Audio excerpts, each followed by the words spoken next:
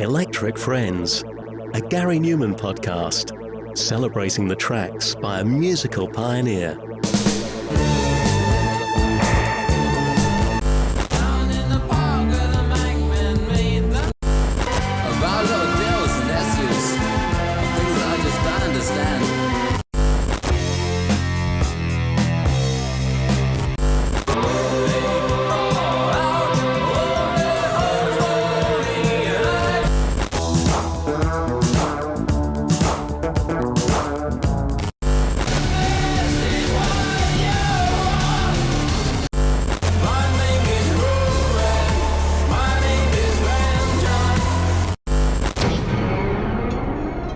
In the year 2000, Gary Numan fans found themselves in new territory.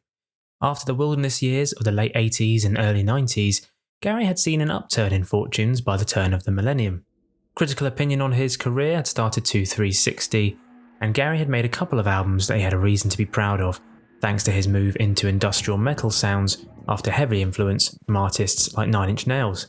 Following 1994's Sacrifice and 1997's Exile, Gary returned in 2000 with his most daring effort yet, and the album that I'd argue truly kicked off his new era that's still going to this day. So for this episode, we'll look back at the Pure album, and we'll delve more into the album as a whole in a future episode, but in particular, today we'll focus on its lead and only single, Rip.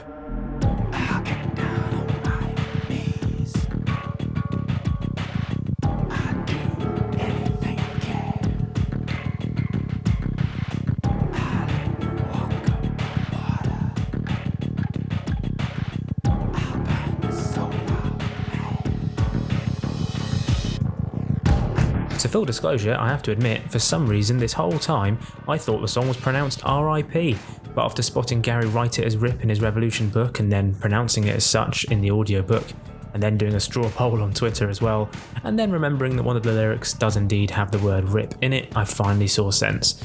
It was written as Rib of all things for the longest time on Spotify, so it's just one of those little quirks that comes with being a Numan fan, just when you think you know it all.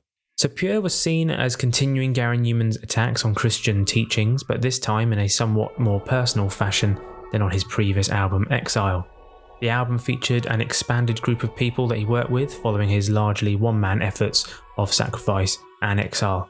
The soulful team of Rob Holiday and Monty contributed guitar and drums as well as keyboards and additional production, and there was also Richard Beasley on drums and Steve Harris on guitar. While some songs on the album, like the previously discussed track A Prayer for the Unborn, go to episode 2 for that, delved into personal moments in Gary's life, a host of the songs on this album delved into Gary's feelings of atheism and a downright hatred of God. Songs like My Jesus and Listen to My Voice are just some examples, but Rip is perhaps the most angry of the lot. The song is very Nine Inch Nails in lots of ways. It starts with distorted industrial electronics, but programmed in a way that sounded a lot more polished than in his previous efforts. It's incredibly menacing as the glitchy guitars and keyboards are joined by Gary whispering in a way that felt pretty terrifying at the time. It's up for interpretation, but Gary conjures up images of a desperate person blinded by faith and belief, allowing themselves to do anything to get rid of their sickness or guilt.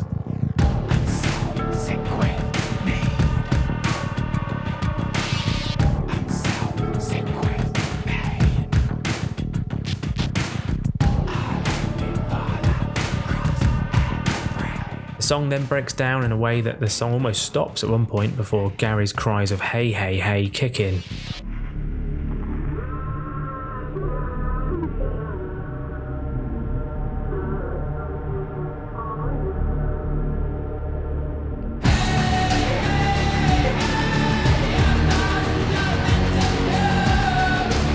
It's furious and pissed, and unlike anything he had done before.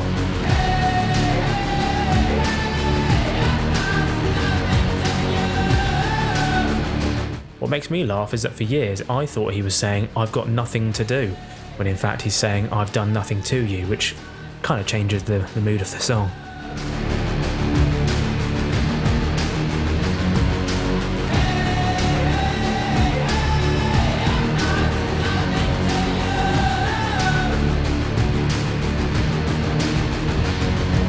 In the next verse, the person has got so desperate they're almost sounding like the devil, or perhaps it is the devil itself, as they attempt to bargain with someone or something to get their desires and demands. The chorus changes from "I've done nothing to you" to "I've got something for you." Perhaps the request has been granted. All in all, it's Gary's call against religion and God and all that it stands for.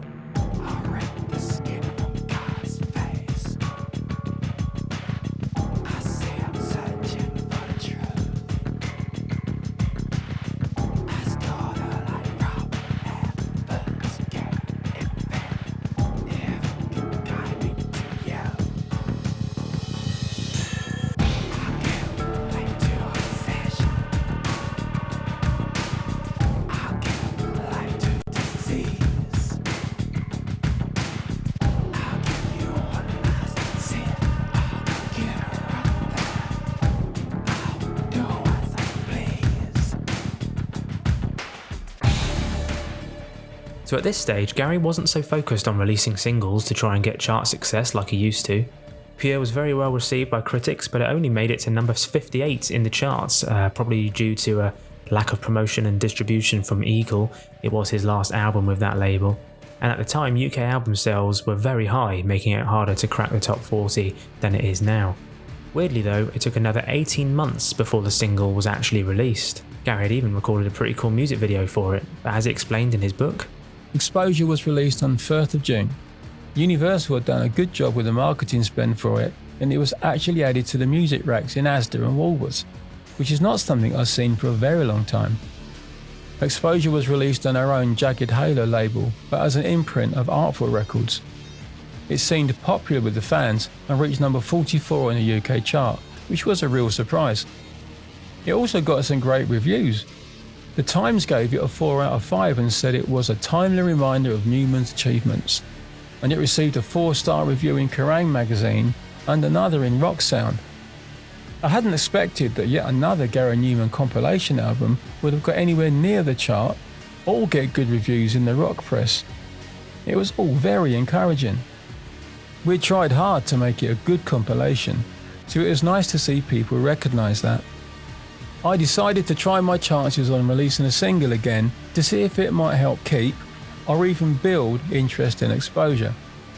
I'd chosen a song called Rip and been lucky enough to make a really good video for it, thanks to a friend of Steve Harris who directed and edited it for me. Although I paid for it to be made, we'd actually filmed it while I was still at Eagle. Unfortunately, they had done nothing with it, but we were able to go back to them and do a deal that allowed us to use it to promote the single. So with the Sugar Babes also reaching number 1 earlier in the year with their Our Friends Electric sampling Freak Like Me, 2002 was proving to be one of Gary's best years yet. 2002 was also the peak time for nu metal and industrial bands actually reaching the high end of the chart. And with Kerrang being an extremely popular magazine and music channel, Gary's Pure album and particularly the single release of Rip was actually around the perfect time, and it fitted right at home with the likes of Linkin Park, Slipknot and Marilyn Manson. Gary released a brand new compilation that year called Exposure, still to this day his best greatest hits compilation if you ask me, and to promote it he decided to finally release Rip as a single. At that time, Kerrang also had a TV channel, and they ran a regular top 10 video chart that fans could call in and vote for. Before the single was officially released, the video went to number 1 for 2 weeks. I found myself in the incredible position of having the Sugar Babes at number 1 in the national UK chart for Freak Like Me, and the number 1 in the Kerrang rock chart with Rip. It was quite a special moment, but I don't think my number 1 was entirely welcome at Kerrang, to be honest. One of their journalists wrote a scathing review of the single and referred to me as an old man trying to look young again in my leather coat, which seemed a bit harsh and not entirely relevant to a music review. There was nothing they could do about it. Rip was eventually officially released on 1st of July, and to help it as much as possible I did record store signings in Birmingham, Manchester, Leeds, Glasgow and Edinburgh, as well as all the press and radio interviews we could get. The success of Freak Like Me had made media opportunities a little easier to get, and Steve Malins, who had also been doing my PR for some time, took full advantage of it. Incredibly, Rip got to number 29 in the national chart. I was very proud of that. On one of the press days in London, I went on the Underground to get to an interview location. It was the first time I'd been on the tube since the late 70s. As well as Rip, I'd now made 3 albums that were far heavier than anything I'd done prior to 1994. The music was not radio friendly, a million miles away from pop, and yet even without radio play, it was finding its way into the chart. It was good to have some success again, but especially because it was very much on my own terms. 4:45 on Radio 1's Top 40. 5 weeks around for that one. At number 30, down 8 places, Puddle of Mud with Blurry. Now, it's another new entry. The latest release from Gary Numan, hot on the heels of his recent Greatest Hits album, Exposure. This track, R.I.P., is his 20th UK Top 40 single, and it enters at number 29.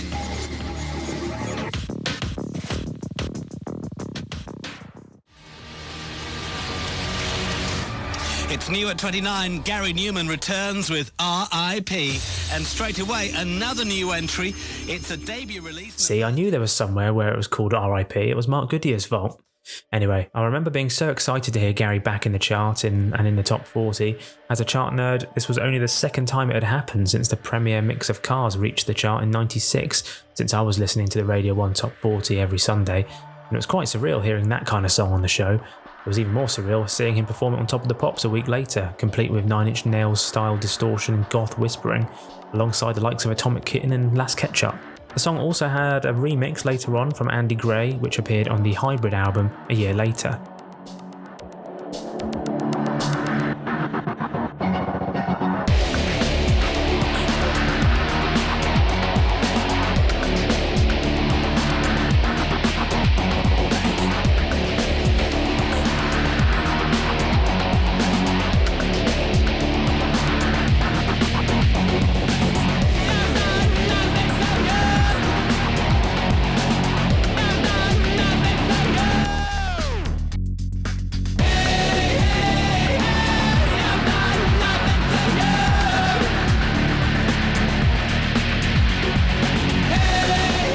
And there were 2 CD versions of Rip released, one with the remixes of A Prayer for the Unborn and ME that would also appear on Hybrid, and one with 2 Metamorphosis mixes of This Wreckage and Our Friends Electric, the former of which did appear on Hybrid as Mark Thwaites' remix.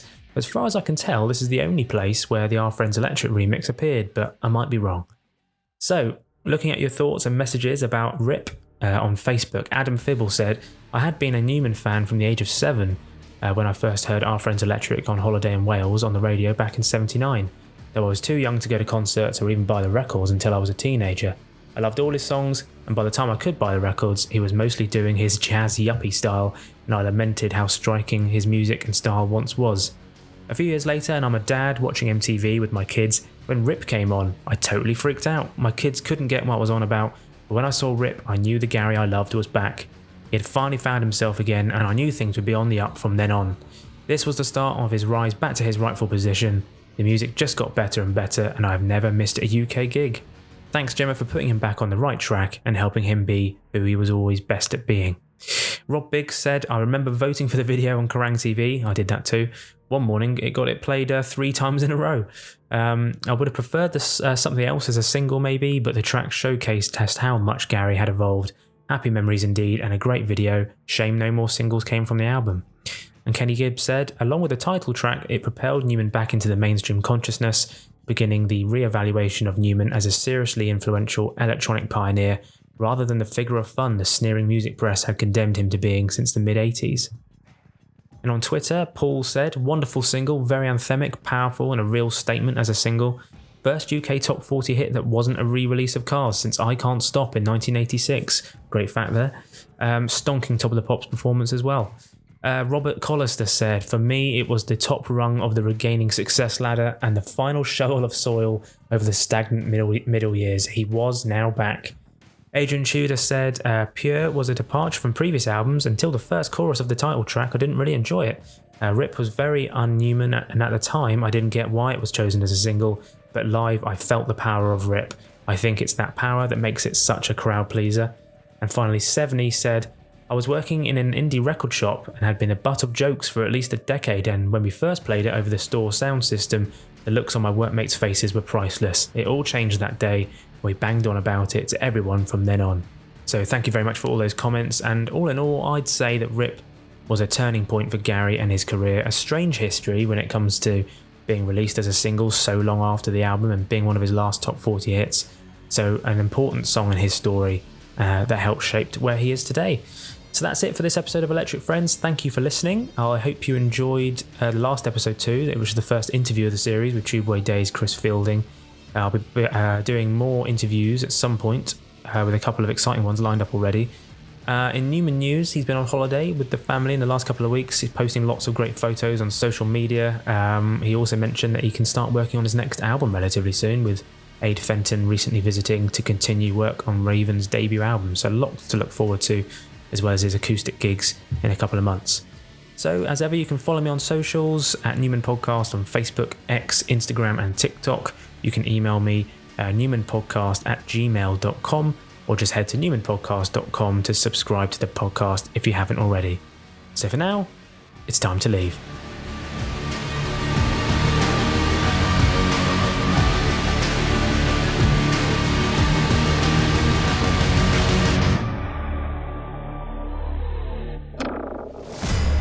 Electric Friends, a Gary Numan podcast celebrating the tracks by a musical pioneer.